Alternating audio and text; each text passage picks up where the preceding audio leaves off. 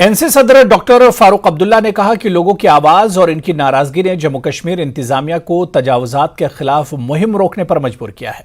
फारूक अब्दुल्ला ने party headquarter Srinagar में media से बात की। उन्होंने कहा कि अगर लोग आवाज न उठाते तो वो घरों पर बुलडोजर चला देते। जब इनसे पूछा गया कि फौज को अंदरूनी इलाकों से वापस बुलाया जाएगा तो डॉक्टर फारूक अब्दुल्ला ने कहा कि इसका फैसला भारत की हुकूमत को करना है। देखिए, ये लोगों के जोर से हुआ। अगर लोगों ने शोर नहीं किया होता तो ये वो लोग और तोड़ते जाते हैं।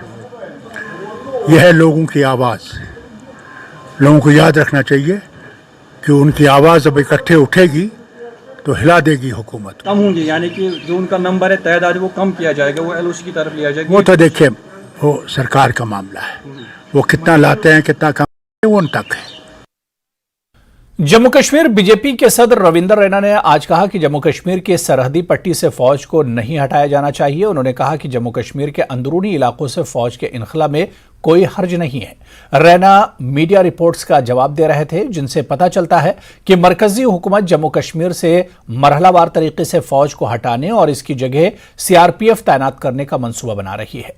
उन्होंने पीडीपी के सरबराह महबूबा मुफ्ती के इन रिमार्क्स पर भी तनकीद की कि बीजेपी जम्मू कश्मीर के लोगों पर जबरदस्ती अपनी मर्जी मसलत करने की कोशिश कर रही है। उन्होंने इज़्दात तजावुजात मुहिम रोकने के हुकूमती फैसले को भी सराहा और इस पर पॉलिसी बनाने पर जोर दिया कि सेंट्रल गवर्नमेंट बहुत जल्द जम्मू कश्मीर से आर्मी को हटा के सीआरपीएफ को डिप्लॉय करने वाली है। ये क्या इंडिकेट करता है? इस पर बात करने के लिए बीजेपी के लीडर हैं, प्रेसिडेंट है जम्मू कश्मीर यूनिट के रविंदर रैना। ऐसी रिपोर्ट्स हैं कि बहुत जल्द फेज्ड मैनर में ये होगा, आर्मी विड्रॉल होगा, सीआरपीएफ। आपको लगता है कि ये इंडिकेट कर रहा है कि कोई चीज़ सुधर रही है?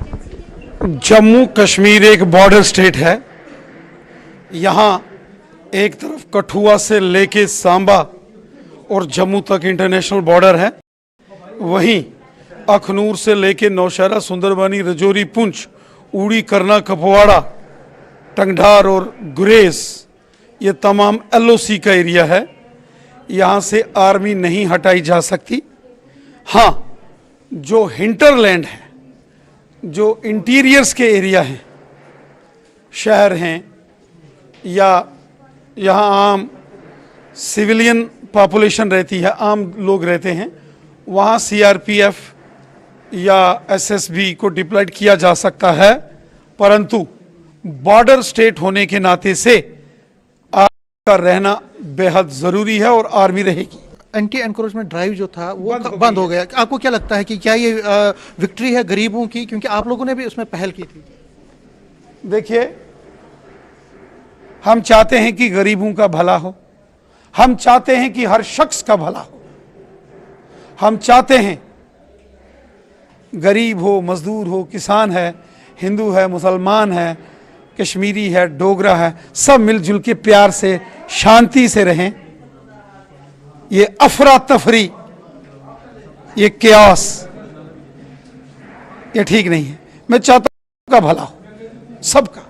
ये एंटी एनक्रोचमेंट जो ड्राइव था, आपको लगता है कि हेस्ट हुआ था, जल्दबाजी में हुआ था? होम मिनिस्टर अमित शाह साहब ने रोक दिया। नहीं, आपको लगता है कि अब ये नहीं होना चाहिए, पहले पड़ताल होनी चाहिए पूरी, तब पहले पॉलिसी बननी चाहिए, इसीलिए रोक दिया है। अमित शाह साहब ने कहा नहीं होगा।